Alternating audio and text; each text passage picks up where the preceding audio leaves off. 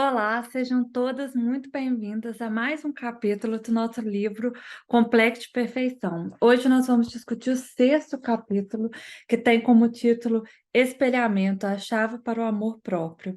O meu nome é Jéssica Faier, eu sou psicóloga, sou especialista em relacionamentos, em saúde mental e sou mestre pela Faculdade de Medicina da Universidade Federal de Juiz de Fora. E não se esqueça de compartilhar esse vídeo com outras mulheres. Além de ajudar o meu trabalho, isso também pode ser um conteúdo transformador na vida de várias pessoas.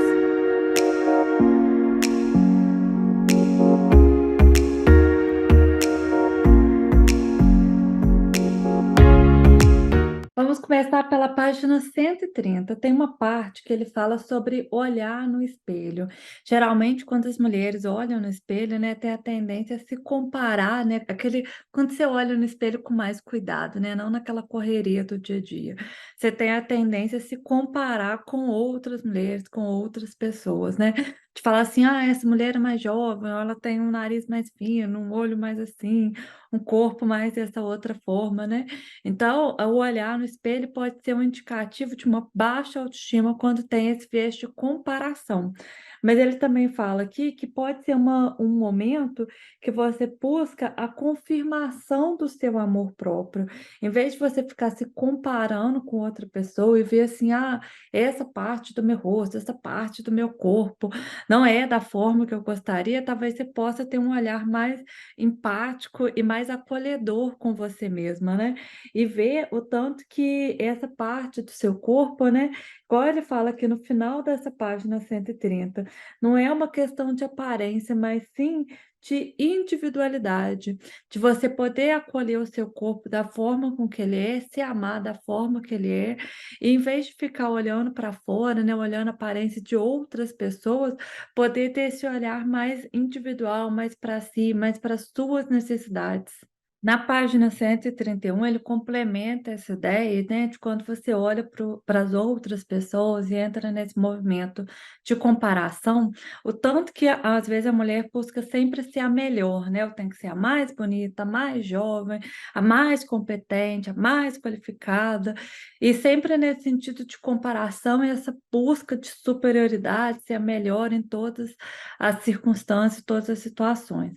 Qual que é a consequência disso? A consequência disso é um vazio tão grande, porque é muito difícil ou praticamente impossível, né, você se comparar com todas as outras pessoas e falar assim: "Ah, eu sou o melhor em tudo, né, eu sou a mais competente em tudo, meu currículo é o melhor em comparação a todo mundo". E então essa pessoa está sempre na falta, né, ela está sempre experienciando esse vazio. Se ela aprende um idioma novo, aí ela vai e se compara com uma pessoa que é fluente em 3 outros idiomas. Então ela está sempre, assim, te vendo, né, ela está sempre a menos do que ela poderia dar. Então tome cuidado com essa primeiro com a comparação, né, e com esse sentimento de vazio. Em vez de se comparar com o externo, olhe a sua história, a sua trajetória, tudo que você já passou até agora, e não fique tão presa no que está fora de você, né, mas se compare com a sua história. Por exemplo, se compare a Jéssica de hoje com a Jéssica de 10 anos atrás, né. Se você aprendeu um idioma novo, um instrumento novo, começou um emprego novo, né, em vez de você se comparar com uma pessoa que já é fluente, por exemplo, se compara com você mesma quando você começou a aprender aquele idioma, veja o seu progresso, veja o tanto que você se aprimorou, o tanto que você se desenvolveu ao longo desse período. Na psicologia, essa situação do espelhamento, né, acontece quando a criança se vê pelo olhar da mãe, né, quando ela se vê admirada pela mãe. Por isso que é tão importante quando a pessoa tem um lar que é afetuoso, que é carinhoso, quando tem uma mãe presente, um pai presente, né, uma pessoa que dá atenção, e não uma pessoa que, por exemplo, a criança está lá demandando atenção, está demandando um abraço, carinho, afeto, e o pai e a mãe falam assim: "Ah, agora eu não tenho tempo, porque eu tenho que resolver alguma coisa do trabalho. Agora eu não posso olhar, porque eu estou olhando alguma coisa no celular. celular. É muito comum, às vezes, até pela correria do dia a dia, né, da criança te demandar atenção, e a gente fala assim: "Ah, tá com o celular na mão", e falar assim: "Ah, tá, bonito, legal", mas nem olhar para o que a criança está fazendo. O bebê ou a criança, né, ela tem muito essa busca de atenção, principalmente pela mãe. Então ela se vê admirada e reconhecida pelo olhar da mãe.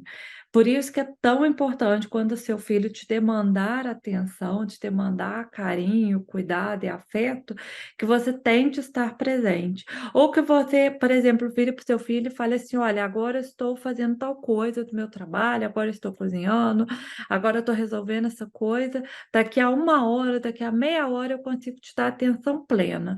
Eu consigo estar focada em tudo que você quer me falar". Isso também pode ser um combinado interessante para se fazer com o filho. Existe uma teoria na psicologia que é a teoria interacionista, que ela tem a ver com o nosso desenvolvimento emocional, cognitivo, né?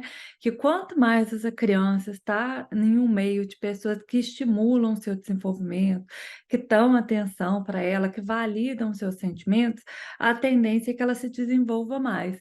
É até uma teoria um pouco óbvia, né? Mas é comprovado, né? Você consegue ver isso nos atendimentos, você consegue ver isso na realidade da prática clínica. Então, quanto mais a criança tem pais que estimulam tanto a validação das suas emoções, como seu desenvolvimento cognitivo, e não só os pais, né? O meio inteiro estimula essa criança, a tendência é que ela se desenvolva mais. Por isso que é tão importante a atenção nesses primeiros meses e anos de vida. Talvez você vire e fale assim: "Nossa, Jéssica, eu não estou dando conta nem dos meus sentimentos, né, nem da minha vida, do trabalho, do relacionamento, tudo.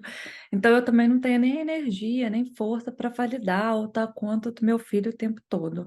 Lembra que isso que eu estou falando dessas teorias da psicologia, né, lógico que em algum momento você vai falhar, em algum momento você não vai dar conta de validar todas as emoções e os sentimentos do seu filho, mas o mais importante é que você tente fazer isso na maior parte do tempo. E lembra que o seu filho, ele não quer uma mãe perfeita, né, ele quer uma mãe feliz, ele quer uma mãe que esteja ali com ele quer uma mãe honesta, que vire e fale assim: "Olha, você me desculpa, nesse momento eu falhei, nesse momento eu não dei conta de fazer isso, agora eu estou aqui focada e atenta às suas demandas e às suas necessidades". Então, assim, o filho, ele não procura uma mãe perfeita, né, ele procura uma mãe que o acolha nas suas necessidades emocionais. Aproximadamente no terceiro ano de vida, já acontece o processo de individuação. O que que é isso? Da criança entender que a mãe pode sair dali, né, eu falo mãe, mas assim, a pessoa que está no lugar de cuidadora principal, né. Ou a mãe, ou o pai, ou a avó, né, a pessoa pode sair daquele ambiente, a criança ainda se sentir segura, ela pode não ver aquela mãe no ambiente, ainda se sentir segura, porque ela entende que eu não estou vendo a minha mãe, mas no momento que eu precisar, minha mãe vem. E aí, na psicologia, né, esse processo, essa fase, é como se ela internalizasse a mãe. Isso é tão interessante que, por exemplo, em famílias disfuncionais, em famílias que os pais não são presentes, que a criança fica muito tempo sozinha, por exemplo, abandonada mesmo, né, ela não tem essa formação da individuação, isso não acontece, né. Então ela não tem um desenvolvimento de um apego, por exemplo, seguro, porque ela entende que ela está sozinha, essa mãe sai, ela não sabe quando essa mãe volta. E num desenvolvimento mais saudável, né, com uma família mais estruturada, a criança consegue estar bem sozinha e ela não fica procurando a mãe o tempo todo, porque ela sabe que se ela precisar, a mãe está ali. É um movimento até interessante para se observar em parques, né, quando você vê seu filho brincando com outras crianças. Já viu, tem criança que está o tempo todo olhando para saber onde que a mãe está, para saber se a mãe vai ficar ali ou não, se a mãe vai embora ou não. E até algo para se tomar cuidado, porque às vezes a criança te irrita, ou faz birra, ou chora muito, né. E tem algumas mães que às vezes falam assim: "Ah, se você continuar assim, eu vou embora, eu não volto". E isso para uma criança, por exemplo, olha o tanto que é difícil uma criança pensar nisso ou entender isso, né. Que se eu chorar, se eu tiver alguma reação emocional, minha mãe pode ir embora e nunca voltar, né, ou pode ficar com raiva de mim e nunca mais me buscar na creche, na escolinha e tal. Então a gente precisa ter muito, muito cuidado com as coisas que falam para o filho. E esse processo de individuação, ele é tão interessante que a mãe, pelo fato dela estar internalizada, a criança não tem necessidade de ficar procurando a mãe o tempo todo para saber onde que ela está, o que que ela está fazendo, que ela entende que ela está num ambiente seguro, que ela entende que ela é protegida. E por isso que é tão importante a gente cuidar, né, dos nossos filhos, né, das pessoas que a gente ama nessa primeira fase da vida, assim, porque isso determina muita coisa de relacionamento, de como essa criança vai se estruturar até como um adulto mesmo, né. Caso tenha acontecido com você uma falha nesse primeiro momento, né, por exemplo, seus pais trabalharem muito, estarem muito ausentes, né, às vezes você ser cuidado por uma pessoa que também não estava lá tão presente ou tão atenta às suas necessidades, lembra que isso também é algo que você possa corrigir ou melhorar através de terapia, através de um atendimento focado nisso. E isso influencia tanto para depois eu até recomendo que vocês leiam, vou deixar aqui no vídeo para vocês olharem, é um post sobre a teoria do apego. Isso determina, por exemplo, como você vai se comportar em um relacionamento. Já viu? Tem pessoas que têm necessidade de controlar o parceiro o tempo todo, tem medo que aquele relacionamento acabe, né. Se a pessoa fica brava, se ela fala que quer terminar, parece que o mundo cai, aí você não consegue comer mais, você não consegue trabalhar, não consegue estudar, não consegue fazer nada. Então, assim, o tanto que às vezes a pessoa desenvolve um estilo de relacionamento, de apego que não é saudável. Então eu vou deixar aqui para vocês lerem, e eu recomendo que vocês se aprofundem nisso, caso tenham se identificado com esse estilo de apego mais disfuncional. Ela até conta um caso clínico no livro que eu recomendo que vocês leiam, nessa parte, o tanto que às vezes tem pessoas que não conseguem contar com ninguém, sabe, que entendem que ela é suficiente, que ela que tem que dar jeito, que a qualquer problema ela não pode ter nenhum apoio, e isso mostra, às vezes, essa relação com a mãe mais conflituosa, né, ou com a pessoa que cuida de você, ter sido uma relação mais conflituosa. E aí quando a pessoa vira adulta, ela fala assim: "Não, eu me basto, eu tenho que contar comigo, eu não posso me apoiar em ninguém, eu não posso contar com meu parceiro, eu não posso contar com os meus filhos, eu não posso contar com ninguém". Então a pessoa está sempre nesse instinto sobrevivência, assim. E isso para o nosso psicológico é péssimo, né, porque você não tem nenhum suporte, você não tem ninguém que seja apoio. Então é legal analisar e pensar nisso e trabalhar individualmente no seu caso, né, como você pode passar a confiar nas pessoas de novo, como você pode acreditar que o outro pode ser um suporte para você. Nós estamos falando do oposto, né, dos pais ausentes, dos pais que às vezes tinham um estilo de apego mais disfuncional, e vamos falar da mãe agora, que é extremamente estimulante, né, extremamente cuidadosa, mas assim, de um ponto de vista mais patológico. É aquela mãe que às vezes quer que o filho desenvolva muito, quer fazer muito para o filho, né, quer que ele já nem às vezes nem fala um idioma, né, nem tá falando o idioma materno, mas já quer treinar outros idiomas, né, já quer por exemplo, às vezes a criança nem fala português direito, já quer que a criança fale inglês, já quer que a criança faça muita coisa, né. Então essa mãe que é excessivamente estimulante, isso também não é bom. Por quê? Porque coloca muita pressão no desenvolvimento daquela pessoa, que às vezes ela nem precisa, né. Então eu não preciso estimular o meu filho 24 horas por dia. Eu não preciso pressionar ele para que ele aprenda tudo muito rápido, para que ele se desenvolva muito rápido, para que ele seja o primeiro da turma sempre. Então tenha esse cuidado nem de ser ausente e nem de ser excessivamente estimulante, porque excessivamente estimulante, talvez você pressione muito seu filho, e isso faz com que ele tenha uma ansiedade, né, se sinta tão pressionado, sem necessidade nenhuma, né, porque tem coisas que têm um processo para a criança aprender e se desenvolver. Então significa, pelo fato de eu excessivamente estimular uma criança, que ela vai se desenvolver mais rápido do que o tempo dela de se desenvolver. Nesse capítulo, ele vai falando a diferença, né, da mãe excessivamente estimulante e da mãe pouco estimulante. Tá na página 139, eu recomendo que vocês parem, né, pausem o vídeo e leiam essa parte com atenção. Na página 140, ela até fala, né, sobre a teoria de livre demanda. Então, se o bebê não te exige nada, eu também não tenho que demandar nada do bebê naquele momento. Que essa mãe excessivamente estimulante, até quando a criança está, sei lá, pensando, tranquila, relaxando, a mãe já fica querendo brincar, querendo estimular, querendo que ele aprenda alguma coisa, que ele desenvolva alguma coisa. Então, ela é excessivamente estressante, né? E pela ideia, assim, de quando a criança não me demanda nada, eu também não estimule ela de forma alguma, isso também é interessante que eu consigo ter essas pausas, assim, pra, até para a criança aprender a como me demandar atenção, né? A solicitar quando ela precisa. Então, eu vejo isso até nos atendimentos, assim, de crianças um pouco mais velhas, né? Por exemplo, de 5 anos, 6 anos. Às vezes a criança nem pediu nada, já vem a mãe assim, ai, você quer água, você quer isso, você quer aquilo, você quer aquilo outro. Se a criança quiser água, ela pode falar por si mesma: "Ah, estou com sede, eu quero água", eu não preciso me antecipar e dar uma coisa que aquela pessoa nem pediu, né. E às vezes a ansiedade é muito mais da mãe do que da criança, né. Então quando essa mãe é excessivamente estimulante, estressante, tanto que o ambiente fica mais tenso, né, porque a pessoa nem pede, eu já vou lá e faço, assim, a pessoa nem solicita, a água já está lá, a comida já está lá, já está tudo lá, né.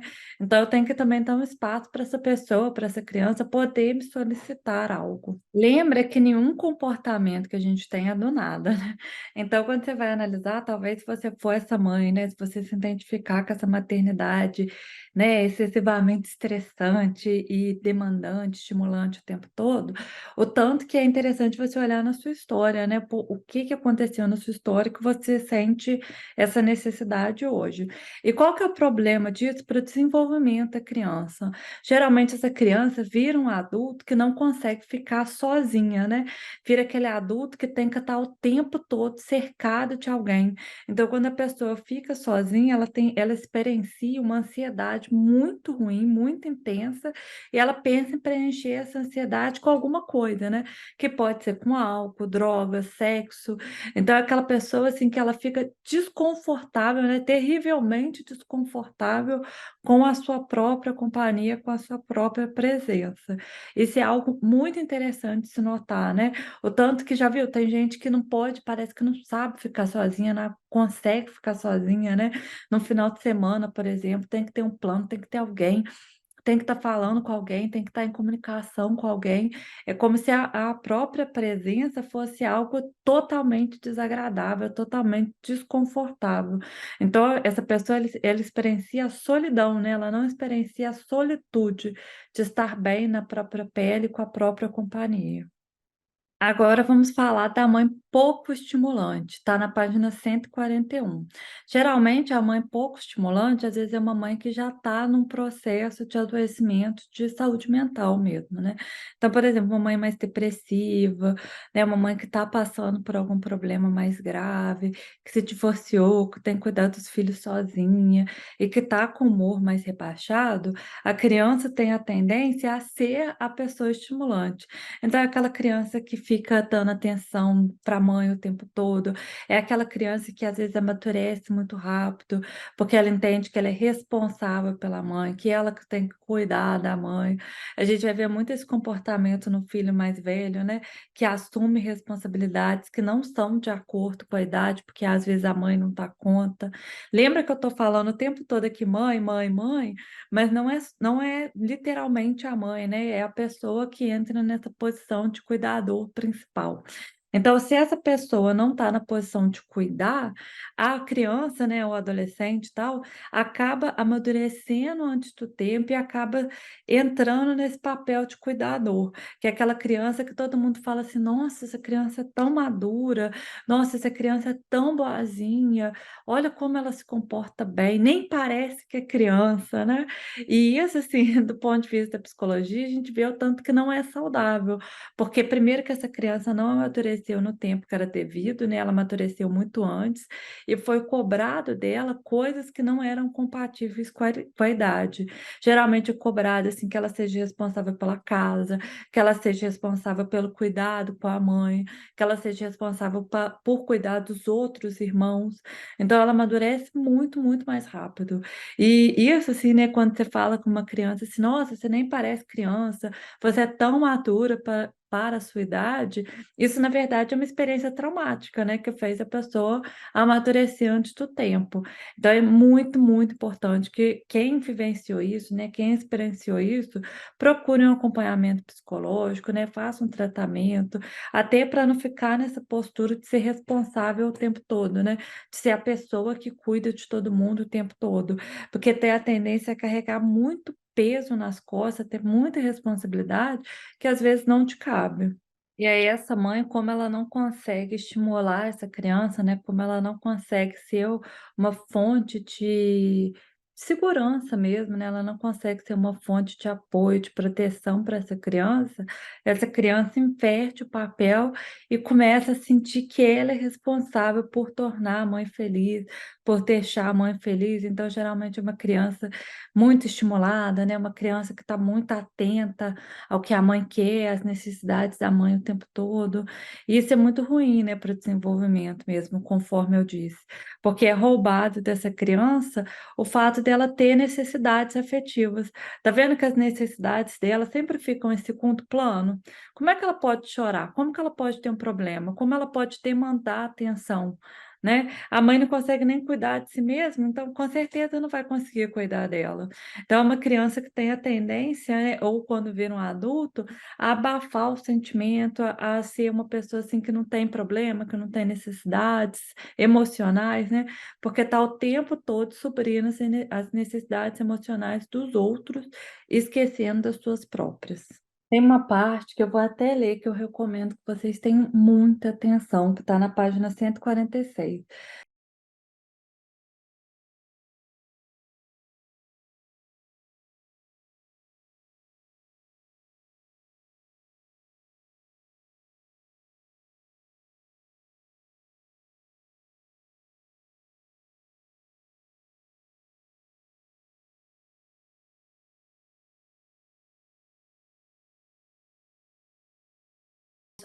Eles te humilham, te desestimulam, te rebaixam, o tanto que a criança introjeta aquilo como se ela realmente fosse assim o tempo todo, né, como se ela não fosse boa o suficiente, como se ela não fosse capaz, como se ela não fosse competente.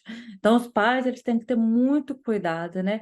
Ele até fala, assim, que isso é tão poderoso, essas palavras dos pais, né, isso é tão poderoso que isso é como uma coerção, uma persuasão. Quando seu pai ou sua mãe fala assim: "Ah, você não é boa o suficiente, você nunca consegue fazer isso, você não é capaz, eu sempre tenho que falar a mesma coisa, porque parece que você não consegue me entender". Então, esse tipo de coisa, assim, eu sei que às vezes, né, a pessoa fala no momento de raiva, no momento de estresse, né, mas é necessário refletir e pensar com muita calma, porque eu vejo isso na minha prática clínica, né, às vezes as crianças com 4 anos, 5 anos, viram e falam assim: "Ah, eu estou muito estressada". Da onde que a criança tira isso? "Eu estou muito estressada", com 4 anos. Ela aprende isso do pai e da mãe, né. "Ah, eu estou muito estressada, eu não posso dar atenção para você agora. Eu estou muito estressada, eu não posso olhar a sua demanda agora". Então você vai ver, por exemplo, crianças que gritam, que são realmente estressadas, né, que são realmente muito nervosas, muito irritadas, muito dominadoras, né, que querem tudo da forma delas, que não sabem ceder, não sabem compartilhar, não sabem, às vezes, até conviver, né, brincar com outras crianças de uma maneira mais tranquila, mais saudável.